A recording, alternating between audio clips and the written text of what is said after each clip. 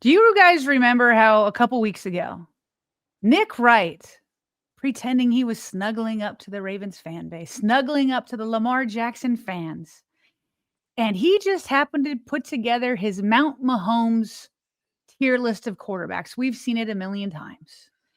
And a couple weeks ago, he put Lamar Jackson at the very top. And quite frankly, how could he not? Lamar Jackson, heading into that Kansas City Chiefs game, was leading the league with 10 touchdowns to 0 interceptions and leading in many other categories too. He was already off to an MVP caliber play yet again. But at the end of that clip that I played where he put Lamar Jackson at the top of Mahomes Mountain, he had Mahomes right underneath him and said, oh, this is going to set up for a wonderful week 4 to see who's going to keep the top spot. And we knew back then, Bobby, we knew back then that he was playing the long game as a setup. And right on cue, after the Ravens and Chiefs play, Nick Wright is back to his old ways, absolutely trying to bash number 8 and his ability to play, in his words, the quote unquote big games. So what he did is he went on a podcast. Dan, what's Dan's last name? Lebitard, thank you. He goes on that and he calls out Mina Kimes because before the season started, they were having the Lamar debate. And he said that Lamar had a bad game against the Bills. Mina pushes back. So now he's on with Dan. Mina's nowhere in sight, but he calls out Mina, who we all love, and then proceeds to trash Lamar Jackson again. Let's take a listen. But I adore Mina Kimes as a human being and have massive respect for her football knowledge. Massive respect. I went on her pod this offseason and I referenced the Ravens playoff game, and she just said, like, matter-of-factly, Lamar was not bad in that game. He had 4 turnovers all year, 2 in the first half of the playoff game they lost. In what now? Did he rally at the end? Did he give them a chance to come back? Sure. But he dug that hole. Like, if we were all just nice and kind and gentle in sports media about everyone, so be it. But that's not how it is. And so it feels to me like there is, and people also do this thing. They're like, well, all these Bills and Ravens are these all-time team stats, and Josh and Lamar are these all-time player stats, but haven't made a Super Bowl. That's actually a Patrick Mahomes compliment. But that's true for the Bills. The Bills 4 times got blocked in the playoffs by Mahomes. The Ravens, it's once. And to kind of add to the other point, Dan, a week 4 regular season game against the defining player of the league when both of your teams are teetering on must-win adjacent territory and you have your worst regular season game in 2 years, I'm not going to call that a coincidence. Okay, so Mina Kimes saw this and she responded on Twitter. And she says, love you, Nick. But if you think Lamar was bad in the game against Buffalo, you should go back and watch the tape. He struggled this past week, meaning against Kansas City. But the idea that he's even worth discussing when the entire defense is crumbling / injured is ridiculous. One more thing from Nick. Thank you, Mina, for saying he needs to watch the tape. Nick felt like he needed to spread that message beyond Dan's show and put up another clip, which I'm not going to play because it repeats a lot, but except for this part. He says, why do we have to pretend what is obviously true is not? The all-time legendary player who sadly gets tight in his biggest spots and plays worst in his biggest moments, for some reason with Lamar, we have to pretend it's not happening. Okay, Nick, right. Okay. First of all, I agree with Mina. Watch the tape on the Bills, and I'll get to the Bills in just a second. This is Nick Wright once again moving the goalposts, and now he's using the vaguest of vague terms. He has put himself in a corner where he has been criticizing Lamar Jackson for years, and Lamar keeps overcoming different obstacles that people put in front of him. Oh, the Chargers found this blueprint, or the zero blitz The all-out blitz is the new blueprint. All these different blueprints coming around. Oh, we can't win from behind, and he wins from behind in several games. He came from behind in the Bills. We'll talk about again that in just a minute. All these different things. Oh, Lamar's not going to be, he's just a good runner. All that can happen is that his legs. He should have been a wide receiver running back. He blasts all those. He had the higher passer rating in NFL history. So you can't say he's not a good passer anymore. Just like goalpost after goalpost after goalpost keeps getting moved. So now Nick Wright has moved to a goalpost, Bobby, where it's virtually undefinable. And he's going to come up with his own definition to argue a dumb point. Here's what I'm asking. He says, why do we have to pretend that he gets tight in his biggest spots and plays worst in his biggest moments? I want to ask Nick Wright this. Are the biggest spots in the biggest games the ones that the Ravens lose?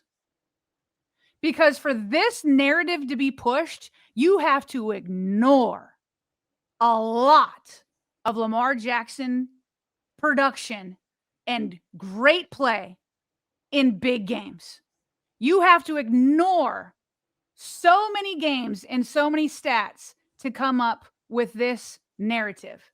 How about the fact that Lamar Jackson, in his regular season wins since he's become a starter, is in the top 5 of all quarterbacks since the 1970 merger.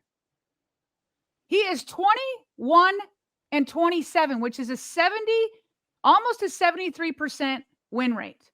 Patrick Mahomes is better. I'm going to get to his claim that only the Bills are hitting up against the Chiefs. Okay. He's 4th in the regular season. Are there no big games in those? In those 71 games? Were there no big games? How about among active quarterbacks? He's number 2 with that 73% win rate. There was no big games that he won. So let me ask a question. When Lamar Jackson got revenge on the Titans, when Lamar Jackson and the Ravens got revenge on the Titans in the playoffs, was the Kansas City Week 4 game bigger than winning in the playoffs and getting revenge against the Titans? Because I would submit that while, it's a wild card game, maybe not the AFC Championship game or whatever, wouldn't a wild card games be bigger than a Week 4 game? So what definition are we using here? How about the fact that he pummeled the Texans? Does that not count? Does that not count? Because I remember the first half of that game, the Ravens were tied at 10, and then Lamar Jackson went off coming out of halftime. But that doesn't count because he won it, Bobby. It doesn't count because he won it, even though it was in the playoffs. How about the fact that people last year, including us, pointed out that Lamar Jackson and the Ravens were 1-4 against the Steelers. 1-4 in his career. And then here comes December, and the Ravens overcome the Steelers. And it's like, wait, was that an aberration? We're going to find out in the playoffs. And for the second time in about less than a month, Lamar Jackson and the Ravens beat the Steelers, a team that previously seemed to have his number. It was that game against the Steelers. Was that bigger than a Week 4 game against the Kansas City Chiefs? It was a team that had his number, that know him the best. But don't worry, Bobby. He never plays big in big moments. Do you see where I'm headed here? He is coming up with a vague new goalpost that he gets to define. How about the fact that the Ravens beat the Bills in Week 4 and trounced them last year? Was that Week 4 game as big as the Week 4 game against the Kansas City Chiefs? How about when the Ravens go on the road Christmas Day to San Francisco and beat the number 1 seed in the NFC, the San Francisco 49ers? Was that a big game? Because that had a lot to do with the Ravens seeding going into January, which is why it was played. The AFC Championship game was played there in the first place. How about in 2019 when Lamar Jackson and the Ravens beat the 8-0 defending Super Bowl champions New England Patriots with Tom Brady? I mean, I can keep doing this all day. So he didn't play. So those weren't big games because why? Because the Ravens didn't lose. He's making up new goalposts that he is trying to define. Okay, then he makes the claim. Oh no, it's just it's not the fact that he has a problem against Patrick Mahomes and the Chiefs. Well, here's Lamar Jackson. I know it's very small, and it had to be small for me to put in all 31 teams. There are 2 teams that he has losing records against. One was what I was talking about. You can see it in gold. I'm pointing to it. Was the Pittsburgh Steelers, but he won the last 2, including in the playoffs. He gets no credit for that. He actually has a winning record over the Buffalo Bills in the regular season.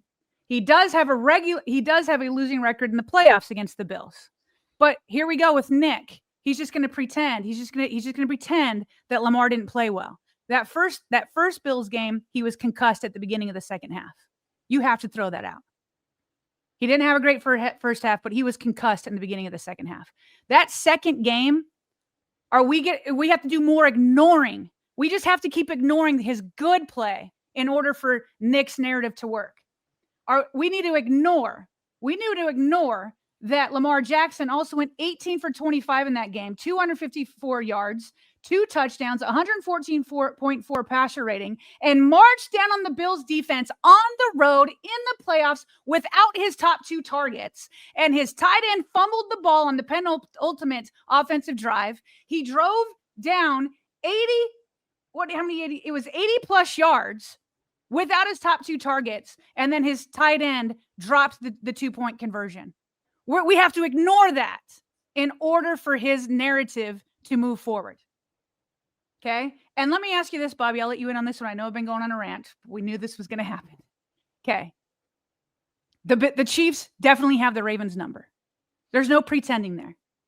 Lamar Jackson's career starts, he's 1-5 against the Chiefs. And I don't think that Lamar played particularly well last week. That being said, Bobby, answer me this question.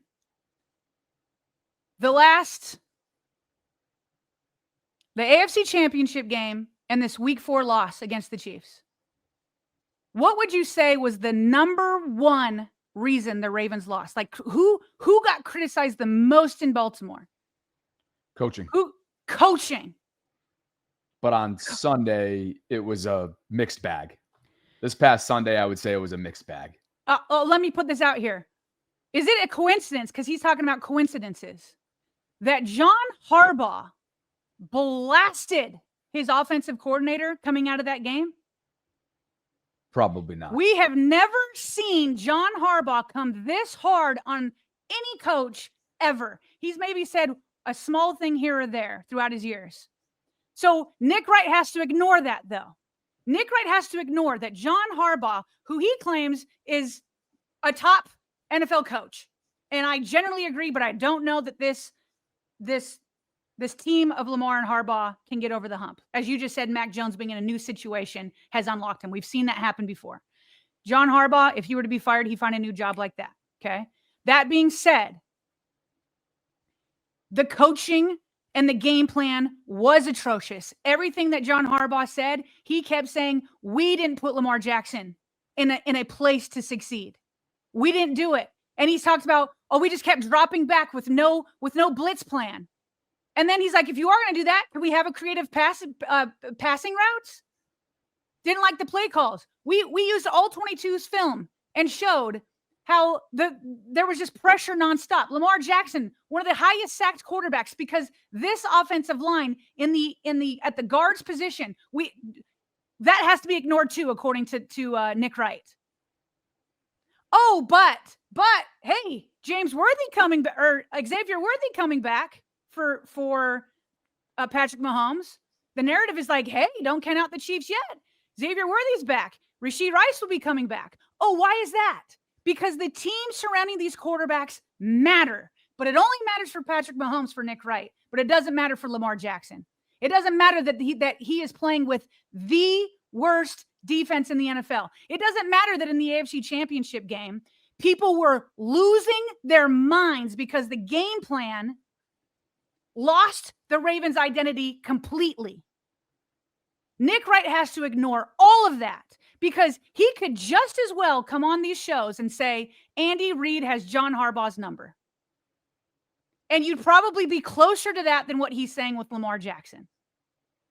Because we know that the coaching has not been up to par in that AFC Championship game, nor in week 4. And by the way, the loss between those two games in week 1, I went back and watched that. Lamar had a good game.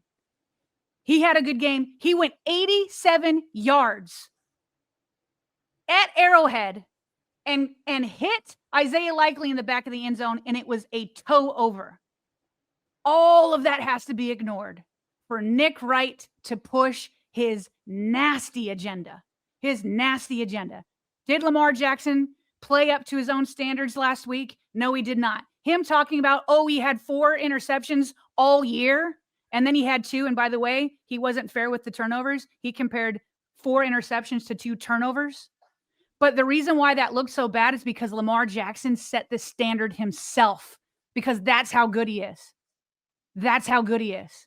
It's a nasty agenda that he ignores all of that to say that Lamar Jackson plays his worst in the biggest games when there are plenty of big games he came up big for. There are plenty of games where his pass catchers dropped passes or had fumbles, and there are plenty of games where his coaches were so bad that the head coach had to call out his offensive coordinator for terrible play calling and a terrible offensive approach. To put that all on Lamar and create his create this narrative is nasty work.